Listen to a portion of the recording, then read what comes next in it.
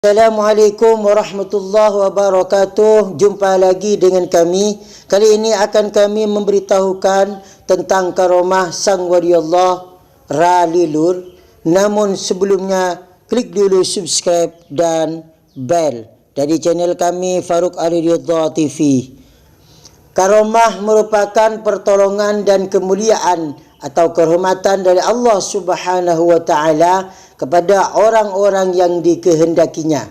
Dalam Kamus Besar Bahasa Indonesia, tidak ditemukan kata karomah, yang ada hanyalah keramat yang diadopsi dari kata karomah. Secara istilah, karomah merupakan sesuatu yang luar biasa, di luar nalar logika dan di luar kemampuan manusia biasa yang terjadi pada wali Allah Subhanahu wa taala. Karomah dimiliki oleh orang-orang yang selalu menjalankan sunnah dan bertakarrub kepada Allah Subhanahu wa taala.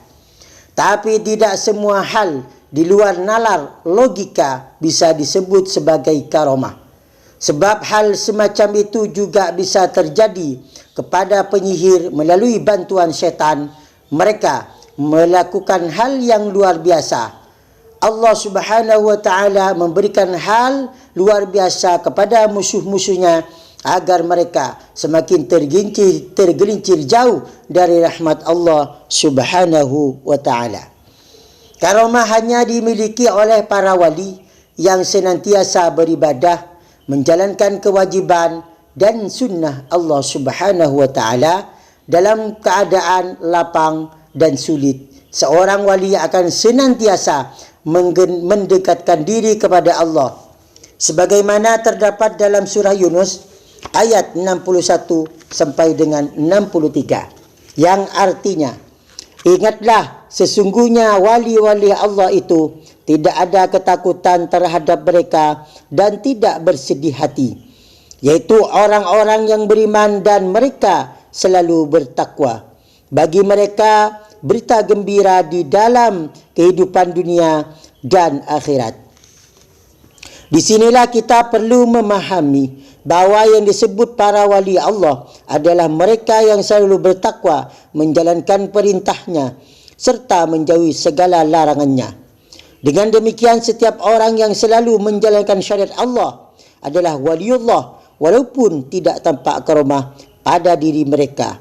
Sebaliknya, ketika tampak hal yang luar biasa pada diri seseorang, maka perlu kita perhatikan apakah orang tersebut bertakwa sehingga itu menjadi tanda kewaliannya, ataukah justru dia menyimpang dari syariat Allah sehingga hal itu merupakan tanda bahawa Allah menyia-nyiakan serta menjauhkan dari rahmat Allah.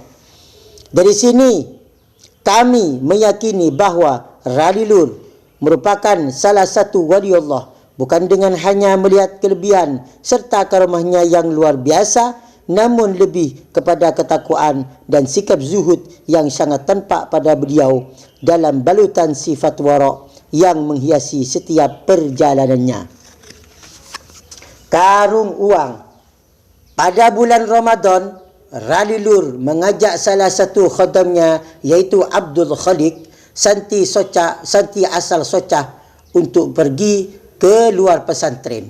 Sebelum melaksanakan perjalanan, Ralilur meminta Abdul Khaliq untuk membawa karung tepung.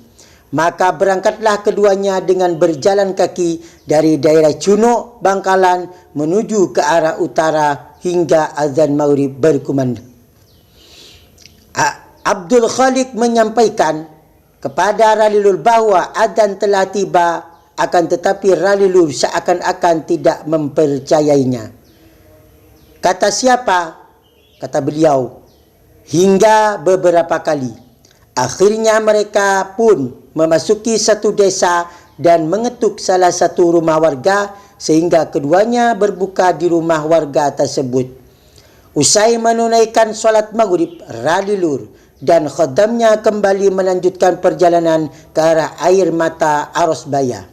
Sesampainya di air mata Arosbaya, Ralilur membawa Abdul Khaliq ke bawah tempat penggalian batu bata. Mereka pun bermalam di sana. Keesokan harinya setelah naik ke permukaan suasana langit sudah agak siang, kira-kira pukul 7 pagi, Ralilur pun kembali melanjutkan perjalanannya. Setibanya di kecamatan 10, tepatnya di pasar 10, tiba-tiba orang berada di pasar dihebohkan dengan kedatangan Ralilur. Mereka pun berhamburan keluar untuk sungkem kepada Ralilur. Bahkan banyak di antara mereka yang sungkem dengan uang sebagai tanda penghormatan. Bukan hanya orang-orang pasar, bahkan masyarakat sekitar yang mendengar kedatangan Ralilur juga berebut ingin sungkem kepada Ralilur, sehingga karung tepung yang dibawa oleh Abdul Khalik penuh dengan uang sungkeman masyarakat. Akhirnya Abdul Khalik mengerti kenapa sebelum berangkat Ralilur memintanya membawa karung tepung. Setelah melaksanakan solat asar, keduanya pulang ke Demangan Bangkalan dengan berjalan kaki sebagaimana pada saat berangkat. Anehnya ketika azan maghrib keduanya sudah sampai di desa Pencaran, padahal jarak antara desa 10 dan Pencaran cukup jauh untuk ditempuh sesingkat itu dengan berjalan kaki. Melipat bumi. Malam itu Ralilur sedang berada di kawasan Socah, tepatnya di rumah Abdul Khalik. Beliau hendak mengajak Abdul Khalik dan abahnya ke Bangkalan. Maka berangkatlah mereka usai melaksanakan solat maghrib. Dalam perjalanan itu Ralilur berjalan seperti biasa. Namun anehnya Abdul Khalik dan abahnya harus berlari untuk mengejar Ralilur sehingga keduanya pun kecapean dan ngos-ngosan. Lalu Ralilur menghampirinya dan berkata, "Demah lesoh ya, bagaimana capek ya?" Dan mereka pun beristirahat sejenak. Kejadian serupa juga pernah dialami masyarakat Socah pada saat Ralilur mengajak beberapa warga ke sawah. Kondisi sawah sedang banjir kerana ada pembatas sawah yang putus, sehingga Ralilur menyuruh orang diajaknya untuk menyeberang. Tentu saja orang itu harus berenang agar dapat menyeberang kerana akses jalan yang dilewatinya terputus. Akhirnya sebelum orang tersebut sampai ke seberang, tiba-tiba saja Ralilur sudah berada di seberang sambil tertawa melihat orang tersebut berenang. Pernah juga ada 8 orang ingin sowan kepada Ralilur. 8 tamu ini langsung menunggu di depan musola kerana sebelumnya mereka melihat Ralilur sedang berada di dalam musola yang tertutup dengan gorden bambu. Cukup lama 8 tamu ini menunggu dari siang hingga maghrib sampai mereka solat secara bergantian, namun Ralilur belum juga keluar untuk menemuinya hingga solat isyak selesai. Tiba-tiba saja Ralilur datang dari luar. Kontak semua tamu itu kaget dan bertanya-tanya dari mana Ralilur, padahal tak sedikit pun mereka meninggalkan tempat itu. Belum lepas rasa heran bergelanyut, dan sebelum mereka mengucapkan pertanyaan, Ralilur langsung menceritakan tentang sawah dan kampung sebelah dengan sedetail-detailnya. Maka bertambahlah kekaguman para tamu tersebut kepada Ralilur. Ada juga warga Socah yang mengajak Ralilur melaksanakan solat Jumat kerana memang saat itu adalah hari Jumat. Namun Ralilur mengatakan nanti dulu, beliau masih ingin merokok.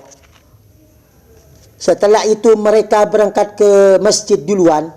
Aneh tapi benar betapa terkejutnya orang itu sesampainya mereka di masjid.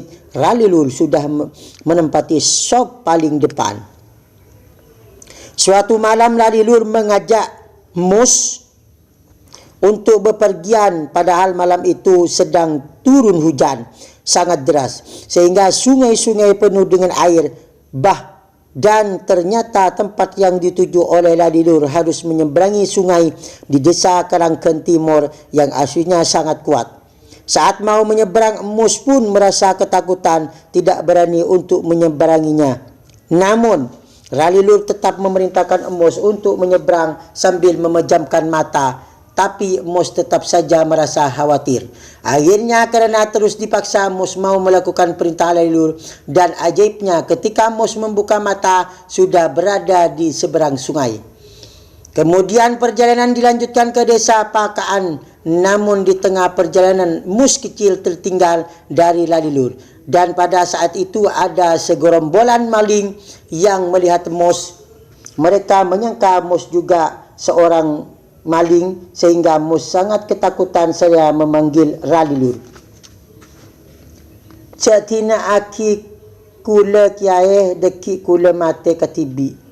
Jangan tinggalkan saya kiai, nanti saya mati sendirian. Akhirnya Lalilur menghampiri Mus dan berkata, ngocak hedah Mus bahawa kakek apereng Lalilur beni maling. Bilang bahawa kamu bersama Lalilur bukan maling. Kemudian para maling itu pun bertanya, kamu dari mana nak? Setelah Mus menjelaskan bahawa dia putra Sumarlin dari Sabajar, para maling langsung terkejut dan bertanya, di mana Kiai Lilur? Tapi Lalilur sudah berada jauh di depan. Lalilur memiliki seorang supir namanya Haji Marsayu, seorang supir yang sangat akrab dengan beliau. Suatu ketika dalam perjalanan sampai di Gunung Gigir, beliau berhenti di pinggir jalan yang banyak pohon jatinya. Seketika itu beliau turun dari mobil dan berkata pada supirnya, tunggu di sini you, saya mau masuk dulu. Si supir menunggu beliau sekitar 15 menit. Entah apa yang terjadi ketika beliau keluar dari tengah-tengah pohon jati. Tangan beliau membawa taplak yang berisi beberapa bungkus rokok, yaitu Marlboro dan Kemal. Ketika dilihat rokok tersebut asli, produk Amerika tanpa biaya cukai.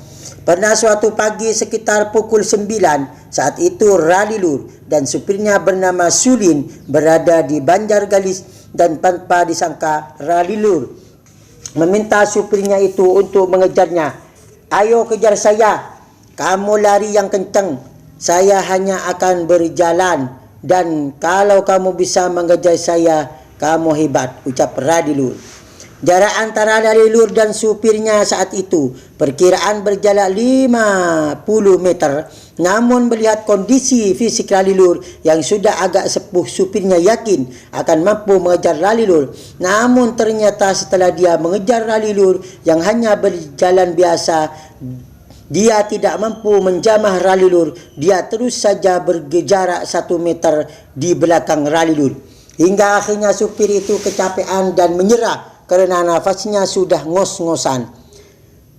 Karomah melipat bumi ini merupakan salah satu keistimewaan yang hanya dimiliki oleh waliullah. Dengan karomah ini seorang wali mampu berteleportasi dan berpindah tempat yang jaraknya cukup jauh dengan amat singkat dan cepat. Hal ini juga pernah dilakukan oleh buyut Lalilur, yaitu Syekhona Muhammad Khalil atau Mbah Khalil Bangkalan. Pada saat Mbah Khalil diperintah gurunya untuk mengambil gula Madura, namun sampai beberapa hari dan pada hari yang telah ditentukan, Mbah Khalil tidak terlihat meninggalkan pesantren sama sekali. Sehingga hal ini membuat sang guru murka kepada Khalil muda. Namun dengan penuh ta'zim, Khalil menyampaikan kepada gurunya bahawa gula tersebut sudah berada di kamarnya. Begitulah para waliullah. Seringkali kita tidak melihat apa yang telah mereka lakukan, dan seringkali kita melihat mereka berdiam diri. Namun ada dimensi para wali yang tidak bisa kita tembus dan kita lihat. Hanya orang-orang pilihan yang mampu melakukan hal-hal luar biasa di luar jangkauan logika. Demikianlah di antara karomah sang waliullah Lalilur. Semoga bermanfaat. Wassalamualaikum warahmatullahi wabarakatuh.